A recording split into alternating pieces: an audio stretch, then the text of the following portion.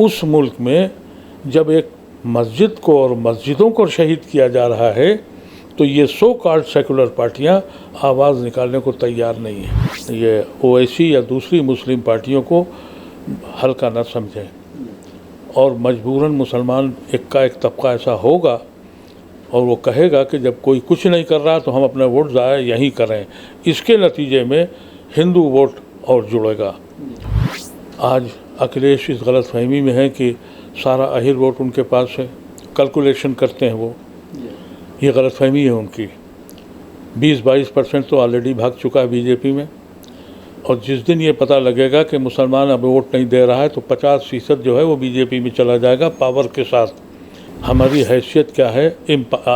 आप तसव्वुर कीजिए कि आप दलित ने एम्पावरमेंट पाली है, दलित को 4 बेत मार के दिखाइए, सब पार्टियां वहाँ खड़ी होती हैं। दलित अगर ख़ुदकशी कर लेता है तो कमीशन बैठ जाते हैं। मुसलमान खड़ा खड़ा लिंच कर दिया जाता है, किसी की हिम्मत नहीं है कि वो बोल सके। यानी आपको अंदाज़ा है कि राहुल गांधी डायरेक्ट अटैक करते हैं, पहला लीडर है नेहरू के बाद जो आरएसएस को डायरेक्ट अटैक करता है, लेकिन उसकी पार्टी फ़ौरन ये कह देती है कि ये शिव भक्त हैं, जनेऊधारी ब्राह्मण हैं, कि हिंदू वोट न खिसक जाए।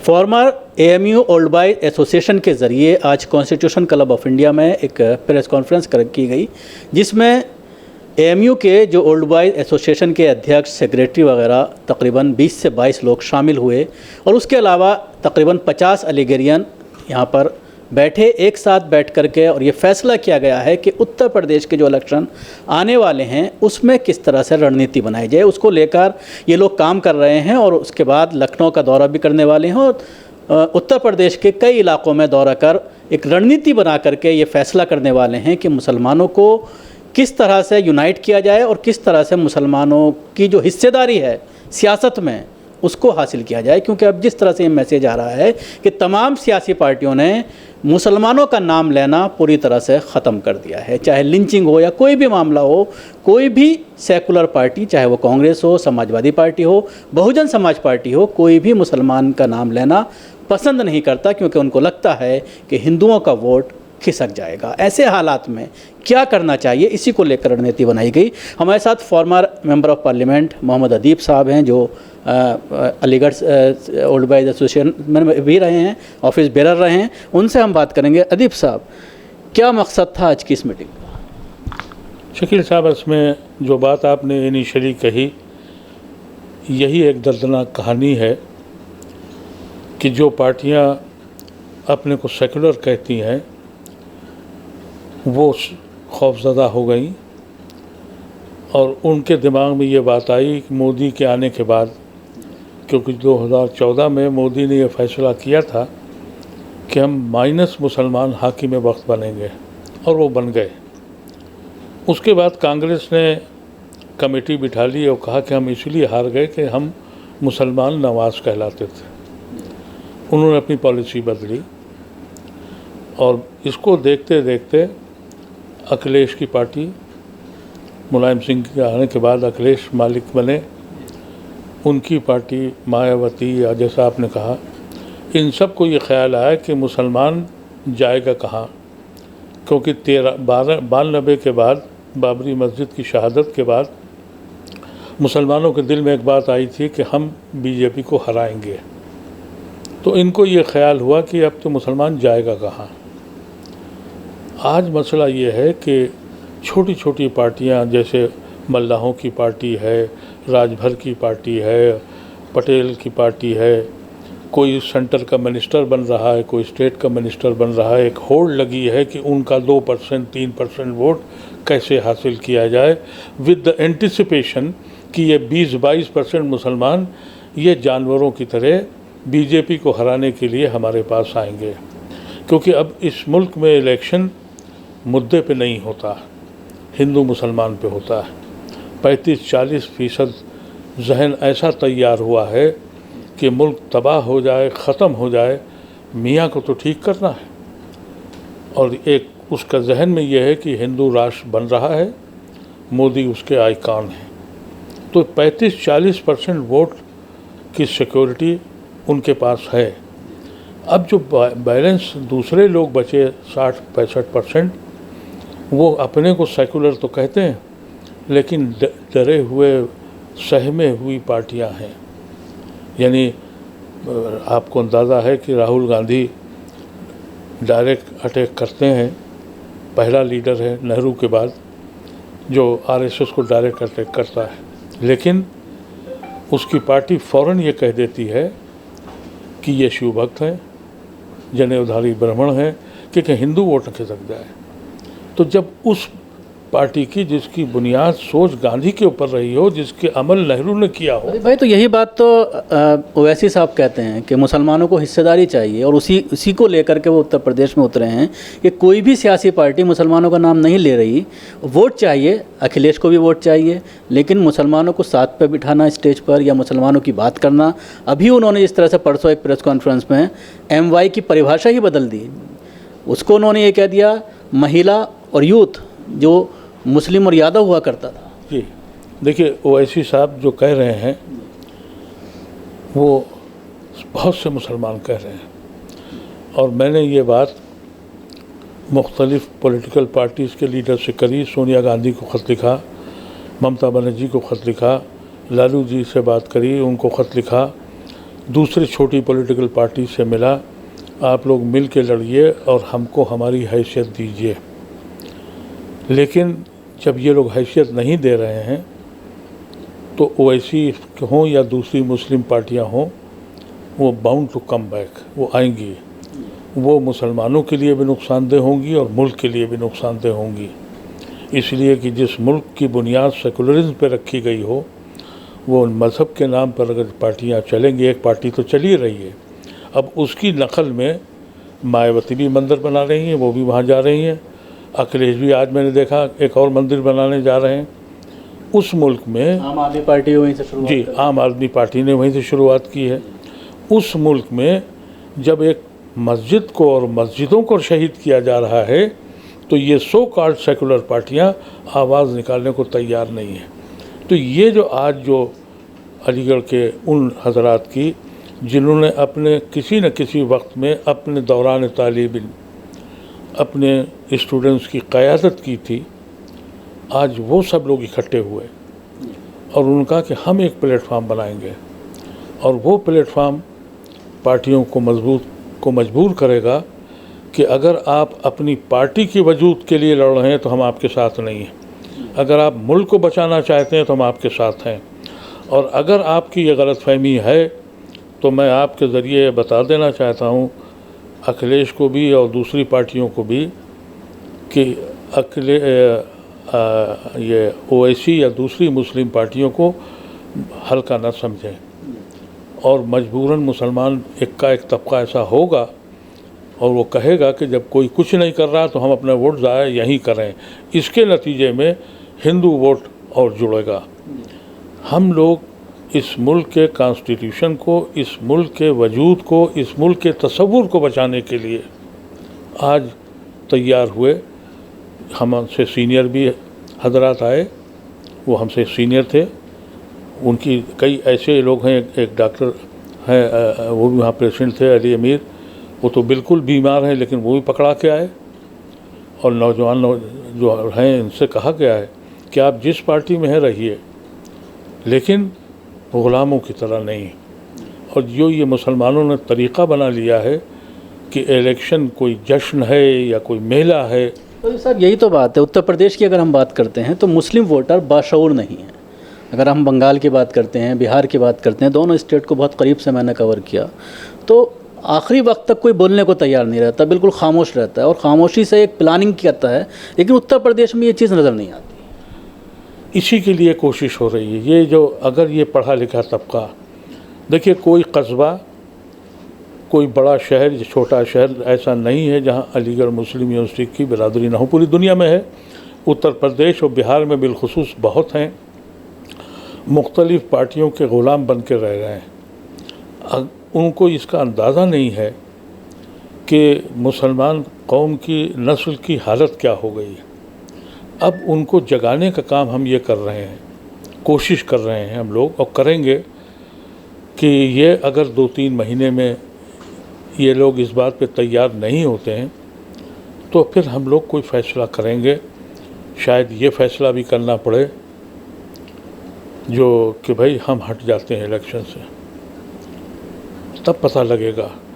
आज अखिलेश इस गलतफहमी में है कि सारा अहिर वोट उनके पास है, कैलकुलेशन करते हैं वो, ये गलतफहमी है उनकी।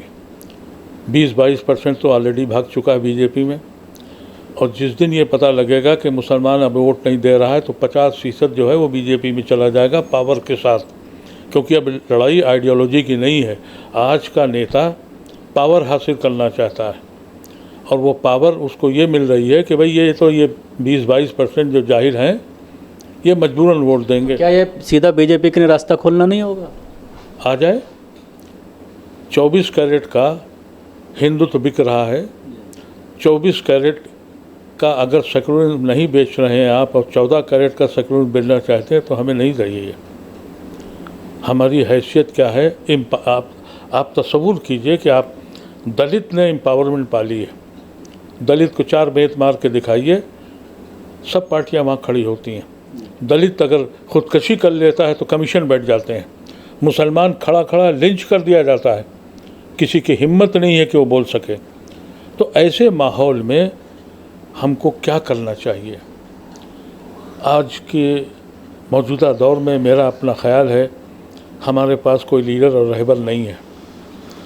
अब इनफरादी क़यादत नहीं हो सकती, इज्तिमाई क़यादत करनी पड़ेगी, और इज्तिमाई क़यादत अलीगढ़ के वो तलबा करेंगे जिन्होंने अपने दौर में यूनिवर्सिटी की क़यादत की है, वो सियासत को समझते हैं।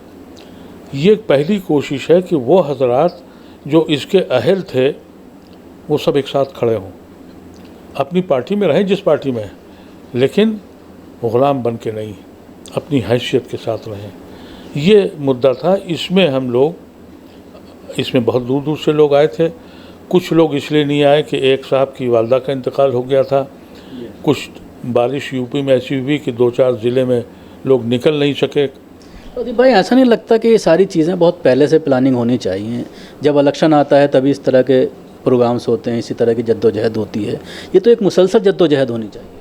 देखिए, मैं तो पिछले कई सालों से फ़िक्रमंद था, लेकिन अब हालात इतने ख़राब हो गए कि ये हमारे अबरार साहब, इन्होंने, ये ख़ुद कैंडिडेट हैं, इन्होंने कहा कि अगर ये मसला है तो हम इलेक्शन से हट जाएंगे। और फिर इनकी समझ में ये बात आई, इन्होंने हमसे और हमारे और कुलीगों से बात की। फिर ये आज़म बेग साहब जयपुर से तशरीफ़ लाई, ये 90s में वहाँ प्रेसिडेंट थे, और मैं तो 66 में था, आज 54-55 साल पहले। तो एक पूरा लंबा सिलसिला है।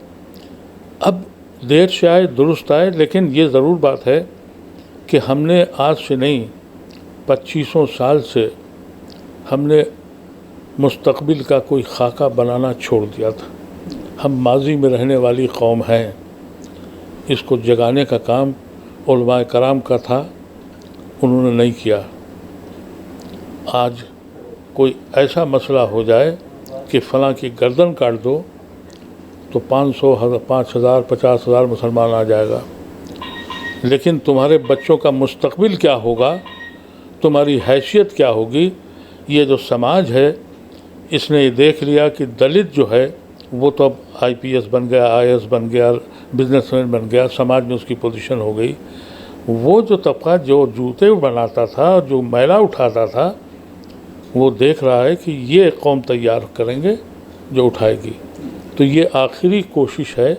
अगर यूपी में हम लोग फेल हो गए और ये हुकूमत वापस आ गई तो जो अपने को अभी सेकुलर कह रहे हैं इसमें भी दौड़ लगेगी। 2024 में वो भी आपका साथ छोड़ के चले जाएंगे। कैसे कैसे लोग, कहाँ कहाँ के लोग, आप सोचिए। मेरे तो कितने जानने वाले, रीटा बहुगुना, जगदम्बिका पाल, ये जितने थे ये पावर में चले गए, क्योंकि अब तो सियासत पावर की है।